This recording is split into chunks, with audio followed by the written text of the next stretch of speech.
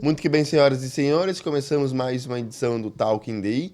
A gente recebe hoje no nosso estúdio o candidato a deputado estadual Rosenvaldo Júnior, pelo PDT, para falar um pouco mais sobre a sua candidatura à Alesc, as pautas e também uma avaliação do cenário eleitoral que agora está se aproximando das eleições. Rosenvaldo, seja muito bem-vindo ao nosso estúdio. Eu agradeço a oportunidade, Vitor, né? É uma satisfação a gente poder conversar, né? E falar um pouquinho sobre a gente, né? Sobre propostas, sobre quem a gente é. Perfeito. Então, Rosenvaldo, gostaria que o senhor começasse se apresentando, né? Falando um pouco mais sobre o seu nome e os motivos que o fizeram a colocar o seu nome como candidato a deputado estadual.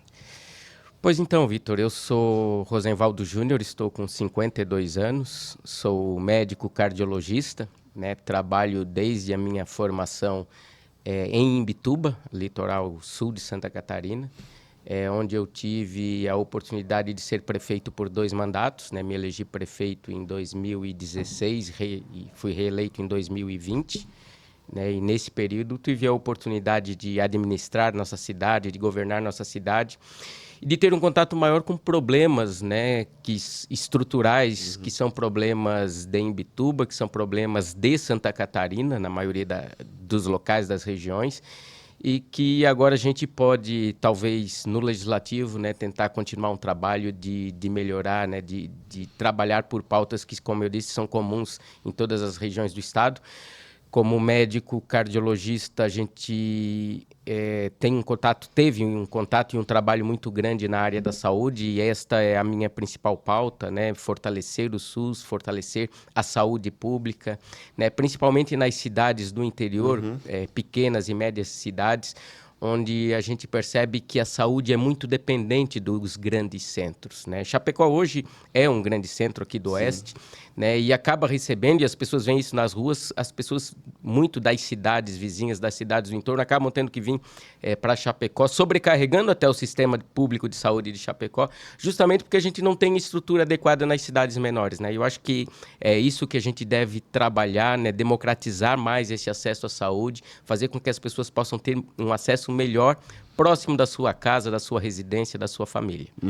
Perfeito. Você já citou uma questão ali que identifica como um problema, mas hoje olhando a nível do estado de Santa Catarina, quais são assim os principais problemas, as principais lacunas que se tem aqui hoje no nosso estado?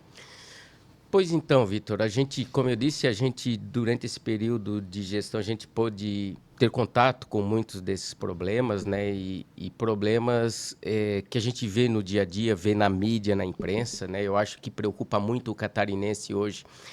Questão de segurança pública é um problema em muitas cidades. A questão cada vez maior de pessoas em situação de rua, que não tem uma solução fácil, é um problema complexo e que depende, na maioria das vezes, de um atendimento multissetorial, né, para a gente poder identificar qual a causa daquele cidadão estar nessa situação. A violência contra a mulher, né, é um problema, né, que tem crescido, e no nosso estado é um crescimento que a gente pode dizer até que alarmante. Uma outra questão que a gente tem que trabalhar muito, né, Santa Catarina hoje é um estado que tem recebido muitos imigrantes de outras regiões do país e até de outros países, e a gente não está preparado para receber, ou pelo menos a gente não está se preparando para receber essas pessoas, né, para dar as devidas orientações e para ter o cuidado com essas pessoas, para que eles possam ser bem recebidos, terem um acesso ao trabalho, que é o principal motivo de virem para cá, terem segurança, e poder também fazer com que isso não impacte na vida do catarinense que já está aqui. Então isso depende de planejamento urbano, depende de planejamento do nosso desenvolvimento também. Então esses são problemas que a gente sabe que são problemas aqui da região de Chapecó, são problemas do litoral, são problemas de outras regiões do estado. E quanto à questão da saúde, hoje o senhor ali comentou sobre a questão dos hospitais, da saúde em cidades menores, né? Vamos dizer assim, não no centro. Fora isso, outras questões, como é que você faz uma avaliação geral da saúde no nosso estado? Pois então, Vitor, assim, Imbituba, a cidade onde eu fui prefeito, é uma cidade Hoje deve estar aí em torno de 70 mil habitantes, né? Uma cidade que cresceu bastante, mas é uma cidade de pequeno para médio porte. É, e a gente tem as grandes dificuldades que a gente tem nas cidades desse porte, como eu disse, são justamente o acesso à saúde. Exames de média e alta complexidade, né? Exames que são de maior custo, né? Por exemplo, tomografias, ressonâncias, eles são exames que são inacessíveis para a população dessas cidades nos seus locais, né? Então, a gente acaba dependendo de cidades maiores para esse tipo de atendimento. Então, como eu disse, a gente democratizar esse acesso, fazer com que a rede assistencial das pequenas e médias cidades se desenvolva, tanto a nível ambulatorial, tanto aqueles pacientes que vão para consulta, né, que vão para o seu exame, quanto na rede hospitalar, nos pacientes que precisam de hospitalização, é fundamental que a pessoa possa ter essa hospitalização mais próximo da sua casa. Em Imbituba, por exemplo, a gente tem um hospital que tem hoje em torno de 80 leitos, né, que é um hospital que não sobrevive sem o apoio do município. Então, quando eu assumi a prefeitura, o município repassava, para poder manter o hospital, repassava em torno de R$200 mil mensais, né? Quando eu terminei a minha gestão, a gente repassava mais de R$500 mil ao mês, para a gente poder manter o hospital e para poder melhorar a sua estrutura, né? O hospital não tinha UTI, hoje tem. O hospital tinha uma maternidade, mas não tinha obstetra de plantão, hoje tem. Tinha um plantonista na emergência, hoje tem 2, né? Então, a gente pôde melhorar essa estrutura justamente para a gente depender menos das cidades polos ali da nossa região. E isso precisa acontecer em todas as regiões do estado. Só que muitas cidades, muitos municípios não têm a capacidade econômica que a gente teve em Imbituba de poder dar esse apoio. Então, isso vai depender muito de um investimento do Estado de Santa Catarina, e isso é importante que a gente trabalhe no Legislativo para que a gente possa fazer com que a Secretaria Estadual de Saúde, o governo do Estado, seja quem for, ele possa entender a importância que é a gente fortalecer a rede hospitalar, a rede ambulatorial de atendimento das médias e pequenas cidades, a importância que é para essas cidades e que é também para diminuir a sobrecarga de atendimento nas cidades maiores. E como é que você enxerga o trabalho que o atual governo, a atual gestão tem feito na saúde? Olha, Vitor, eu acho que o atual governo ele fez a sua campanha publicitária principalmente baseada nos mutirões de cirurgia, né? Isso que a gente viu estampado nos jornais e viu nos meios de comunicação, né? Os mutirões de cirurgia eletiva foi o grande investimento publicitário do governador, e aconteceu realmente, as cirurgias estão acontecendo, então as pessoas estão tendo esse atendimento, mas, como o próprio nome diz, isso é um mutirão, é algo para sanear, estancar uma ferida que já existe, mas a gente não vê um tratamento efetivo para que isso não volte a acontecer. Acaba o mutirão, a fila vai continuar acontecendo, ou vai voltar a acontecer. E, como eu disse, a gente vê o grande problema que eu citei aqui do hospital da nossa cidade, por exemplo, é o problema de todos os hospitais da região. A gente não vê uma política de custeio para esses hospitais. Ou seja, esses hospitais que fazem o atendimento da grande maioria da população catarinense está todos os dias com o pires na mão, pedindo recursos de emenda parlamentar, pedindo recursos aos seus municípios, porque o que eles recebem via SUS, o que eles recebem de maneira regular do governo é insuficiente para pagar os custos, ou seja, todo mês os hospitais fecham em déficit. Então, para a gente poder resolver o problema, sanear e ter uma política de saúde mantida ao longo do tempo, a gente precisa equalizar essa conta. Então, o que o hospital recebe, os hospitais e as redes do interior recebem, elas têm que cobrir os custos, né? Porque senão eles vão ter, os hospitais, essa rede de apoio, de atendimento do interior vai ter que estar sempre correndo com o pires na mão. Perfeito. E, Rosenvaldo, outra questão muito comentada aqui em Santa Catarina que deve também ter destaque nas eleições é a questão da infraestrutura e das nossas estradas, das nossas rodovias. Como é que o senhor faz uma avaliação, principalmente lá para o litoral, como você enxerga, e agora que você veio aqui no Oeste fazer essas visitas, como é que você vê também uma diferença entre as duas regiões? Olha, a gente passou por muita estrada ruim para poder chegar aqui, né? Infelizmente, a gente passa por trechos bons, mas tem trechos ainda que precisam de muito investimento. Isso, assim, não é diferente no litoral, sabe? Pelo menos no litoral sul, onde onde fica o município que a gente vive. A gente tem dificuldades também. Eu não sei se chegou a ser noticiado aqui, mas a ponte Anita Garibaldi em Laguna ficou fechada por um período. Laguna é vizinha de Imbituba, né, cidade vizinha. E quando a gente tem um gargalo naquela ligação, que é a BR-101, que é a única ligação do litoral, a gente para praticamente todo o sul do estado, porque a gente não tem uma rede de infraestrutura de apoio, né? As SCs que ligariam municípios, né, que poderia fazer ligação entre Tubarão, Imaruí e Imbituba, elas não são asfaltadas, são precárias e a gente acaba que não tem uma rede auxiliar de infraestrutura.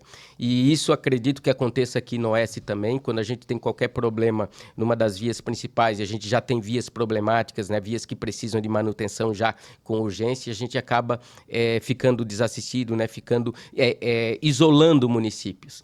Então, como eu falei, o estado de Santa Catarina é um estado que tem recebido uma imigração muito forte, a gente tem crescido muito a população, e se a gente não correr com a infraestrutura no mesmo nível de crescimento, a gente está cada vez mais sobrecarregando as nossas estradas e cada vez vai ficar mais difícil a ligação entre os municípios. E como que hoje o senhor vê o cenário eleitoral, como é que as alianças formadas, principalmente do campo democrático, essa união dos partidos? Olha, Vitor, pela primeira vez a gente tem... pela primeira vez não, mas depois de muito tempo a gente tem o campo democrático, né, se chamando junto como campo democrático e enfrentando junto essa corrida, essa batalha, né? Então é uma perspectiva nova, eu acho que é importante essa união, né? E eu acho que fortalece as candidaturas tanto a majoritária do Gelson Merizio e Ângela Albino, né, quanto as duas candidaturas ao Senado e as candidaturas proporcionais, né, da qual eu estou aí pleiteando essa vaga na Assembleia Legislativa. Então, eu acho que a gente está junto, está unidos, né? Demonstrando as nossas propostas, demonstrando aquilo pelo qual a gente luta, eu acho que é importante e fortalece as possibilidades de uma campanha eleitoral com maior êxito. A gente acredita que vamos ter segundo turno, né? E para o governo do Estado, e tendo segundo turno é uma nova eleição e a gente talvez espera que o campo democrático esteja lá. E falando... Uma das principais críticas em relação do campo democrático em relação ao atual governador, ao atual governo, é uma falta de diálogo com o governo federal. Como é que você avalia isso em relação à questão desse diálogo entre o governador e o presidente? Olha, eu acredito, Vitor, que acima de tudo é uma falta de respeito institucional. Eu fui prefeito de um município por 8 anos, né? E boa parte desse período, né, na verdade, durante todo esse período, eu não fui do partido do governador. Parte desse período eu não fui do partido do presidente da República, eu não fui da mesma linha ideológica do presidente da República. Mas quando a gente é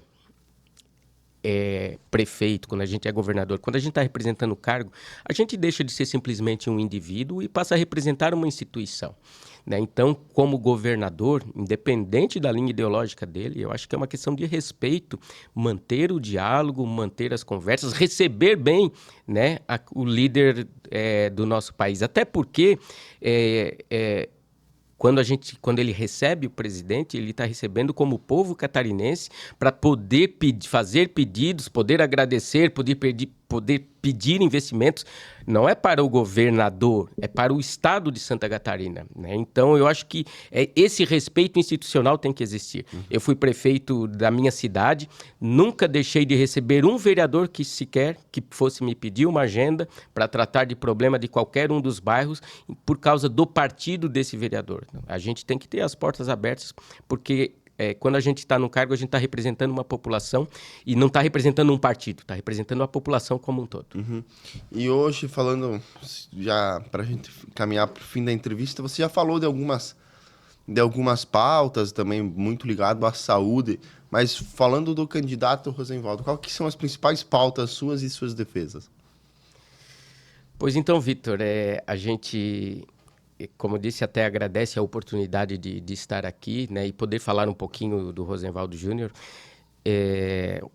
Eu sou médico cardiologista, então é natural essa ligação com a saúde. Eu trabalhei muitos anos e continuo trabalhando hoje em saúde pública, né, atendendo o SUS. Então a gente tem essa ligação muito forte com a saúde, mas a gente acredita muito, né, e como eu falei dos problemas de Santa Catarina, acredita muito que como legislador a gente tem outras pautas importantes a trabalhar, né? E a gente falou aqui de problemas que são graves em Santa Catarina, como é a questão de saúde pública, como é a questão de violência contra a mulher, como é a questão de políticas públicas para os animais de rua, para poder acolher os animais de rua, poder dar tratamento e dar dignidade também ao tratamento inclusive das pessoas, né, que acolhem esses animais. A questão das liberdades que a gente tem que apoiar, a questão de trabalhar, procurar em Santa Catarina, a gente trabalhar muito pela questão do acolhimento, de acolher quem vem de fora, de a gente poder melhorar o nosso diálogo, melhorar o nosso entendimento das diferenças sociais que existem e respeitar as opções sociais, sexuais de cada um. Eu acho que são coisas importantes, são pautas importantes que a gente tem que trabalhar. O catarinense é um povo acolhedor, é um povo de bem, é um povo trabalhador, né? E eu acho que se passa muitas vezes para fora do estado uma imagem que não é a imagem do catarinense, né? O catarinense sempre foi alguém de acolher bem, sempre foi alguém de respeitar muito as diferenças, e eu acho que a gente precisa trabalhar muito isso dentro das instituições do nosso estado. Perfeito, Rosenvaldo. A gente agradece a sua participação aqui e o jornal fica de portas abertas para novas oportunidades. Então, Vitor, a gente agradece, né? Deixa o nosso abraço aqui a toda a região de Chapecó, do Oeste Catarinense. A gente sabe do alcance, né, de vocês, e a gente, como eu disse, espera poder trabalhar bem por todo o estado de Santa Catarina, e quem sabe um dia a gente volte aqui também para continuar sabendo dos problemas, das pautas e o quanto a gente pode ajudar Chapecó, o Oeste e Santa Catarina. Um grande abraço. Beleza. Este foi o candidato a deputado estadual Rosenvaldo Júnior, falando um pouco mais sobre a sua candidatura na Alesc, pautas e também algumas questões apontadas no estado de Santa Catarina. Em breve voltaremos com mais entrevistas e vocês podem acompanhar no canal do YouTube DI Play.